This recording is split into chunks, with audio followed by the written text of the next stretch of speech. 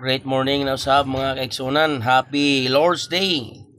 Sunday mga igsoon. Musimba ta sa atong buhi og tinuod nga Dios mga igsoon. Ang ato na pong inspirational verses karon or verse karon nga kabuntagon mga igsoon nasa John chapter 1 verse 12 mga igsoon. Unsa ingon sa pulong sa Ginoo? But as many as received him, past tense with ed, to them give he power, gave gihatagan na dili past tense na nga gave gyapon mga igsoon. He power to become the sons of God, even to them that believe on his name mga igsoon. But as many as receive him, sa tanan nga midawat diha ang Kristo, ang him diha refer to Jesus Christ, to them give he power. Sa tanan nga midawat ni Kristo, siya nagahatag og kagahom nga mahimong anak sa Dios. Kay nga naman mga igsoon, kitang tanan binuhat ta sa Dios pero dili ta tanan anak sa Dios. Kay nga naman ang giingon diha, sa tanan nga midawat diha kaniya mga igsoon, siya gihatagaag kagahom nga mahimong anak sa Dios mga igsoon. Then even to them that believe on his name, sa di ang bisan katurang motuo diha sa iya ngalan mga igsoon. But mind you nga unsa may tuuhan dapat nato diha kang Kristo mga igsoon. Dapat man gyud ang pinakatuuhan nato is katong gibuhat niya dito sa Kalbaryo sa cross nga nag-ula siya dugo, gilansang siya dito tungod sa atong mga sala. Dili man dapat ilansang si Kristo dito mga igsoon kay wala man siya sala god. But kita man dapat ang ilansang, but gitubos ta ni Kristo mga igsoon. Mao nga ina nga gitagaan ta kagahom nga mahimong anak na niya sa diyang mituo ta. Dili lang ingon nga ang ngalan lang ni Kristo may atong tuhan, but ang iyang gibuhat dito sa Kalbaryo sa cross mga igsoon. Iyon pa diri, it is through Jesus Christ that we have been qualified as children of God. Diha ra gyud kang Kristo mga igsoon nga nahimot ang kwalipikado nga mahimong anak sa Dios mga igsoon.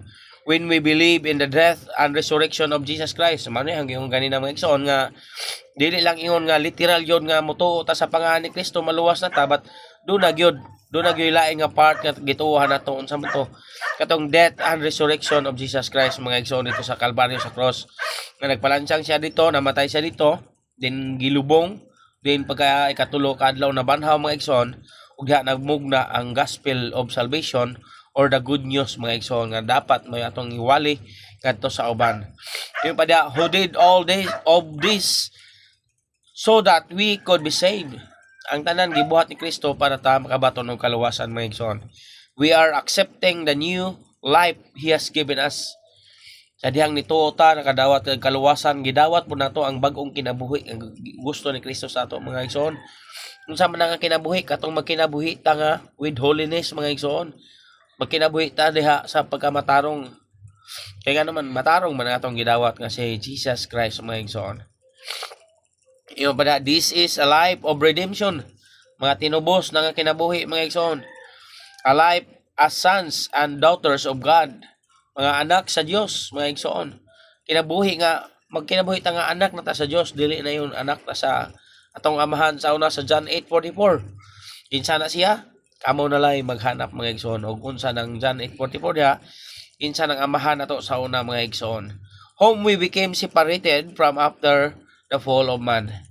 Kay mao ni yung nakapabulag nato kining atong mga sala mga igsoon. After ta diha nabulag diha sa presensya sa Ginoo mga igsoon, mao gay nang giingon nga sila kang Adam ug Eve nga so once nga mukaon man ning bunga ning kahoy sa pag-ila sa maayo ug dautan, mamatay mo. Di ba gingnan sila sa Ginoo? Bakakon bang Ginoo? Dili mga igsoon. Ug wala po namakak ang Ginoo, pero namatay ba dayon sila si Adam ug Eve? Di ba wala pod. Bot pasabot lagi bakakon bang Ginoo? Dili no. Unsa man namatay sa ila kay do namatay lawas kalag ug espiritu.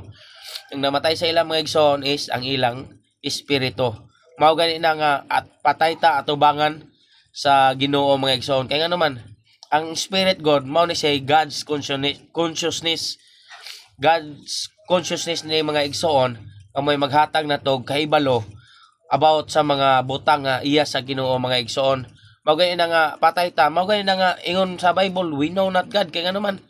Although nasayod ta sa Ginoo but we know not God ang ingon sa Bible. Kay ngano man patay lagi ta atubangan sa Ginoo mga igsoon. Kapag gani usa ka example ni Jesus Christ da sa Matthew mga igsoon nga pasagdi ang minatay nga molubong sa iyang ang patay nga molubong sa iyang minatay.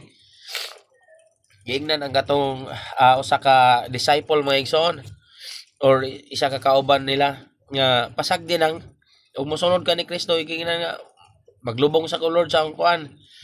Giingnan siya ni Kristo nga pasagdi nang minatay or kanang patay nga molubong sa iyang minatay. Kay bot pasabot dili bot pasabot nga ang patay mulubong na pos patay kay di na mo yun nakahimo.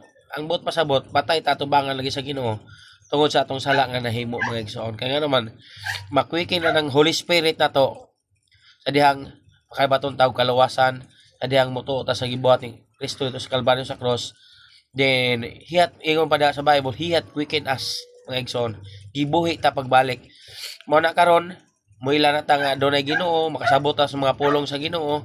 Kaya nga naman, doon na naman tayo Holy Spirit nga convictar na to, gatudlo na to about sa mga butang nga iya sa Ginoo mga igsoon. Yung pa diha, we have now came into a life of righteousness and holiness. O balik-balik yun ni perminti mga igsoon.